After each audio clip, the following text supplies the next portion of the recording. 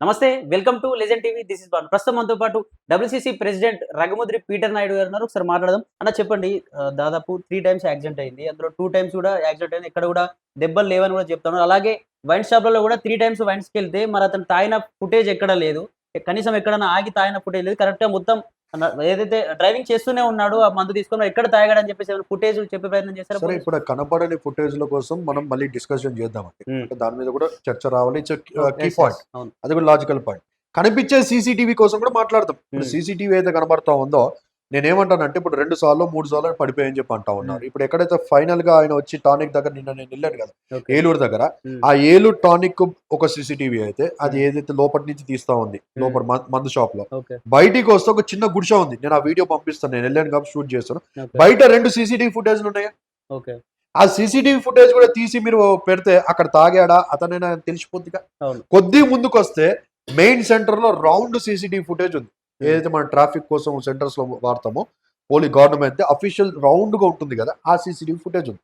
అన్ని 360 డిగ్రీస్‌లో కవర్ అయ్యేది. హ్మ్. ఇప్పుడు ఆ సీసీటీవీ ఫుటేజ్ చూస్తే కూడా తెలిసిపోతది కదా! అవును. ఈ టానిక్ వైన్స్‌కి ముందు పెట్రోల్ బంక్ వస్తుంది. భారత్ పెట్రోలియం. అందులో హ్మ్. సీసీటీవీ ఉంది కదా! అవును. దానికి ముందు ఒక లాడ్జ్ ఉంది అక్కడ. రాధికా లాడ్జ్ ఏదో ఉంది. యెస్. అందులోకెళ్ళి కూడా సీసీటీవీ ఫుటేజ్ ఉంది కదా! హ్మ్. ఇన్ని సీసీటీవీ ఫుటేజ్‌లు ఉండి కూడా హ్మ్. ఈ యొక్క వైన్స్‌లో ఉన్న షాప్‌లో సీసీటీవీ ఫుటేజ్ మీరెందుకు బయట పెట్టి ఉన్నారు? హ్మ్. ఇప్పుడు ఆ వైన్స్‌లో ఉన్న సీసీటీవీ ఫుటేజ్ కూడా మనం ఆలోచన చేస్తా ఉంటే, ఆ హెల్మెట్ మీద ఇక్కడ చూస్తా ఉంటే అది ఏదో సమ్ సింబల్ ఉంది. యాహ్! ఆయన చనిపోయినప్పుడు చూస్తా ఉంటే ఇక్కడ ఒక సింబల్ ఉంది. హ్మ్. ఆ సింబల్ కనబడట్లేదు. ఇదొక అనుమానం. ఈ హ్మ్. అనుమానాలు కూడా పోలీసు వారు క్లియర్ చేస్తే సమాజంలో గొడవలు ఉండవు. ఈ అవును. గందరగోళం ఉండదు. అంతా క్లియర్ అయిపోద్ది కదా! అని చెప్పి హ్మ్. నేను అంటా ఉన్నాను. అంటే ఇప్పుడు పడిపోయిన ఇన్ని దగ్గర సార్లు పడిపోయి ఉన్నాడండి. హ్మ్. ఇన్ని సార్లు పడిపోయినప్పుడు ఆ టానిక్ వైన్స్ దగ్గరికొచ్చినప్పుడు హ్మ్. ఆయన ఇలాగ లేపి ఇలాగ ఒక ఫోటో బాగా ఫేమస్ అయితుంది. అంటే స్కాన్ చేస్తున్నట్టుగా. హ్మ్. మళ్ళీ ఇక్కడ ఎక్కడ కూడా దెబ్బలు కనబడట్లేదా? అవును. ఇప్పుడు 3 సార్లు పడ్డప్పుడు ఇది గీసుకుపోదా? అవును. ఈ షర్ట్ చినిగిపోదా? ప్యాంట్ చినిగిపోదా? అవును. జనరల్‌గా మనం నడుస్తూ పడుతూనే దెబ్బలు తగిలి మూతి పగిలి అవును. రక్తాలు వచ్చే రోజులు కనబడతా ఉంటాయి. మళ్ళీ ఆ దెబ్బలు ఎక్కడ కనబడ్డాయి?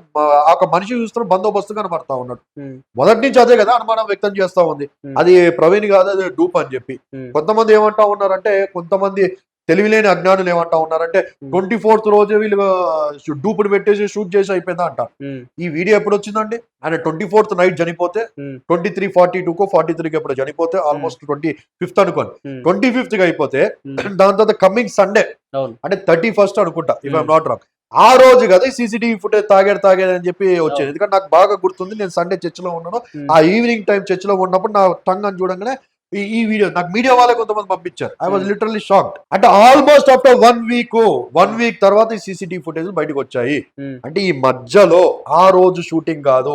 ఇన్ని రోజులు దాటుతా ఉన్నా కూడా ఈ కేసు తెగట్లేదు. మా మీదకి వచ్చేటట్టు మేము ఇరుక్కునేటట్టు ఉన్నారని చెప్పి హ్మ్. నేరస్తులే మధ్యలో ఈ షూటింగ్ చేసి ఒక వ్యక్తిని డూపుని పెట్టి మధ్యలో షూట్ చేశారని చెప్పి మా ఒక అనుమానం అని చెప్పి ఎన్నో హ్మ్. సార్లు చెప్పి ఉన్నాం. మళ్ళీ హ్మ్. సీసీటీవీలో డే టు టైం ఏంట్రా అంటే కొన్ని సీసీటీవీలు మీరు చెక్ చేయండి. నేను దగ్గర స్క్రీన్ షాట్స్ ఉన్నాయి. పోలీస్ వారు నిన్న ప్రెస్ మీట్ లో ఏదో టైం లైన్ ప్రకారంగా 20, 21, 23 చూపెడతా అవును. ఉన్నా. హ్మ్. ఆ సీసీటీవీ స్క్రీన్ షాట్లే నా దగ్గర ఉన్నాయి. హ్మ్. దానిలో కొన్ని చూస్తే పైన వైట్ కలర్ లో ఉన్నాయి. కొన్ని చూస్తే ఎడిటింగ్ కనబడుతుంది. హ్మ్. సగం వైట్, సగం బ్లాక్. ఓకే. దాన్ని మీరు ఏఐని అడిగారనుకోండి. ఇప్పుడు ఏఐ అనేది ఒకటి వచ్చింది కదా, ఆర్టిఫిషియల్ ఇంటెలిజెన్స్ అని చెప్పి. హ్మ్. దానిలోకి వెళ్ళి how to modify, how to edit అని చెప్పి కొడితే అది క్లియర్ గా మీకు డేటా ఇచ్చేస్తుంది. యెస్. దానికి కావాల్సిన టూల్స్ ఉంటే యూ హ్మ్. Can edit the CCTV live telecasting ఏదైతే టైమింగ్ ఉందో ఆ టైమింగ్ నువ్వు ఎడిట్ చేయొచ్చు అని చెప్పి ఏఐ హ్మ్. ఈస్ టెలింగ్ అండి. ఈ హ్మ్. కాలానికి ద టెక్నాలజీ డెవలప్ అయినప్పుడు యూ కెనాట్ చేంజ్ ద టైమా. హ్మ్. టైం చేంజ్ చేసుకోవచ్చు. అది క్లియర్ గా కనబడుతుంది. ఇది అవును. కూడా అనుమానమే. ఇప్పుడు అతను ఈ పడ్డ దగ్గర అనుమానాలు గూడా క్లియర్ చేస్తే అయిపోయిగా మాకు.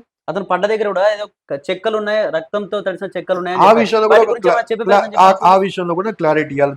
దాన్ని దాటేస్తూ పోరు. అంటే టక్ టక్ అక్కడ ఉన్న మీడియా మిత్రులు మంచివారు మీలాంటి వారు అడుగుతా ఉంటే కూడా హ్మ్. లాస్ట్ లో మాట్లాడదాం మీ డౌట్స్ అన్ని లాస్ట్ లో క్లియర్ చేసి అవునవును. మన అట్లే స్పీడ్ ఉంటది. వెళ్తున్నా టక్ టక్ టక్ టక్ టక్ అక్కడ కటింగ్ ఇచ్చుకుంటూ వెళ్ళిపోతా ఉన్నట్టు కనబడుతుంది. హ్మ్. కొంతమంది నిన్న ఆర్టీవీలో కూర్చొని కూడా కొంతమంది నాకు తెలిసిన మిత్రులు కూడా వాళ్ళు కొన్ని లాజికల్ పాయింట్స్ రైజ్ చేశారు. నేను ఓకే. ఏమంటానంటే వారు ఆ కట్టల్ని క్లియర్ గా చూడలేదండి. నేను హ్మ్. పంపిస్తాను నా దగ్గర కట్టలకి సంబంధించింది. ఒక ఆయన ఏమంటాడంటే కట్టతో కొడితే ఆ హ్మ్. కట్టకి మూల రక్తం ఉండాలిగా మధ్యలో ఎందుకుందో అంటాడు. ఆయన చూసింది ఒకటే కట్ట. హ్మ్. ఒక కట్ట మీద మధ్యలో డ్రాప్స్ ఉన్నాయి వాస్తవం. ఆయన హ్మ్. చూసింది ఒకటే కట్ట. నా దగ్గర 4 కట్టలు ఉన్నాయి. హ్మ్. 4 కట్టలకి అన్ని లాస్ట్ లోనే ఉన్నాయి. ఇప్పుడు హ్మ్. ఆయన ఏం మాట్లాడతాడు? ఇది యాక్సిడెంట్ అని చెప్పి ప్రూవ్ చేయడానికి విశ్వ ప్రయత్నాలు చేస్తా ఉన్నాడు ఆయన. హ్మ్. ఆయన వెళ్లి ఒక వ్యక్తితో కూర్చొని ఫోటో బయటకు వచ్చింది. హ్మ్. కరుణాకర్ సుగుణ అనే ఒక వ్యక్తితో వెళ్లి ఓకే. డిబేట్ చేసి ఆ వ్యక్తితో ఒక ఫోటో ముందే నాకు బయటకు వచ్చింది. హ్మ్. ప్రజలు ఏమంటా ఉన్నారంటే ఈ వ్యక్తి ఏమో ఈయనకి డబ్బులు ఇచ్చాడా? బ్రైబ్ జరిగిందా? అని ఒక ఉద్దేశం కూడా జరుగుతుంది. ఎందుకంటే ఈయన ఆ తరపున బకాలా పుచ్చుకొని మాట్లాడుతూ ఉన్నాడు యాక్సిడెంట్ అని చెప్పి. ఆ విషయాలు కూడా ఆయన క్లారిటీ ఇవ్వాలి కదా. ప్రవీణ్ పగడ గారి యొక్క భార్య ఎందుకు ప్రెస్ మీట్ ముందుకు వచ్చి నిజంగా మా ఆయన తాగుబోతు కాదు ఎందుకు ఇట్లా చేస్తా ఉన్నారు అని చెప్పి ఎందుకు చెప్పలేకపోతే ప్రవీణ్ పగడాల గారి మిస్సెస్ ని కూడా నేను ఒక ప్రశ్న అడగాలనుకుంటున్నాను. ముందుగా వచ్చి సమాజంలో గలిబిలి చేయకండి, మాకు ఫుల్ డిపార్ట్మెంట్ మీద నమ్మకం ఉంది అని చెప్పి అన్నారు కదా. మీ నమ్మకానికి సరైన జవాబు ఇచ్చారు కదా. హ్యాపీగా ఉన్నారా అని అడుగుతా ఉన్నా. ప్రవీణ్ పగడాల వారి కుటుంబం కానీ సన్నిహితుల్ని కానీ ఒప్పుకుంటున్నారా ఆయన తాగుతున్నాడు అని చెప్పి?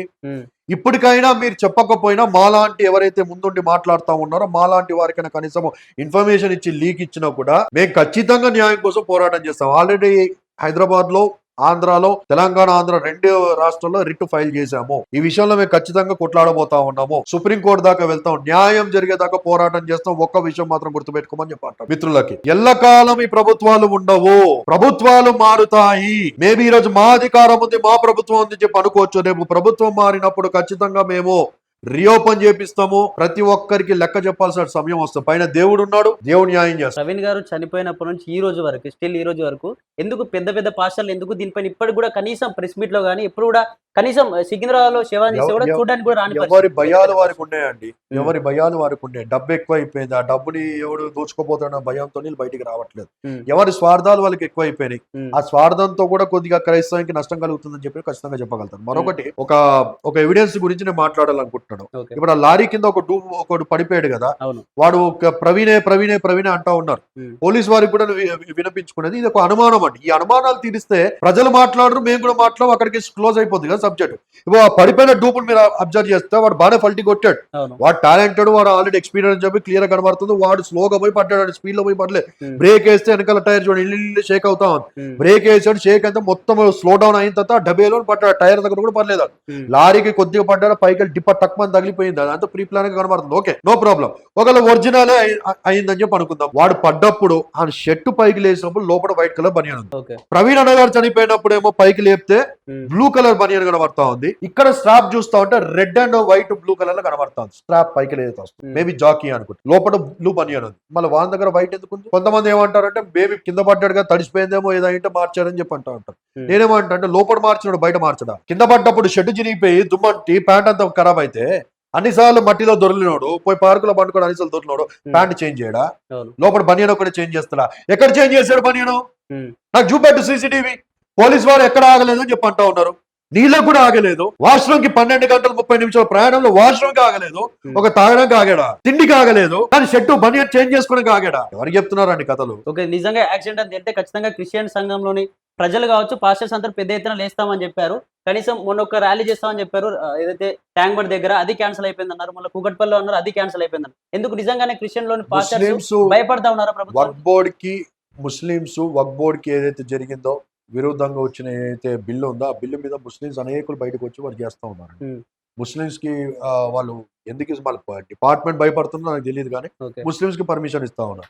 ఇప్పటికి 3-4 సార్లు మేము అన్ని గ్రౌండ్ ప్రిపరేషన్ చేసుకుని దానికి ఎంతో ఖర్చు అయితే water packets, play cards, DJ, అడ్వాన్స్లు ఇచ్చుకోవడం. ఎస్, అదే అంటా ఉన్నాను. నేను మొన్న ట్యాంక్ బండ్ మీద పెట్టిన దానికి సుమారుగా కొత్తగూడెం ఖమ్మం ప్రాంతం నుంచి 4-5 కార్లలో సుమారు ఒక్కొక్క కార్లో 10 మంది వచ్చారండి.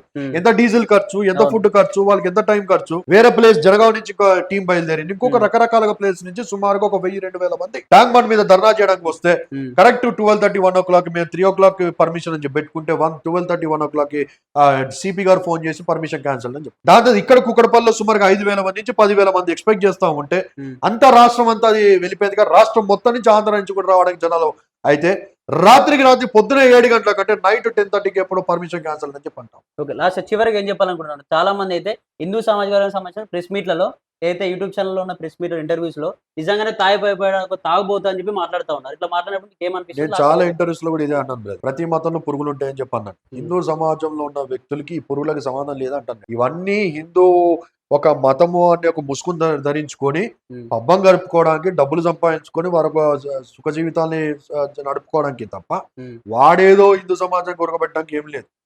నాతో కొంతమంది స్వామీజీలు ఇలాగ ఇంటర్వ్యూస్కి వెళ్ళినప్పుడు, వారు కూడా ఇంటర్వ్యూస్కి వచ్చినప్పుడు నాతో కలిసి పర్సనల్ గా మాట్లాడినప్పుడు పాస్టర్ గారు, ఆయన వాళ్ళ విత్ డ్యూ రెస్పెక్ట్ పాస్టర్ గారు ఇది ఖచ్చితంగా 100% మటర్ అని చెప్పి స్వామీజీలు చెప్పారండి నాతో.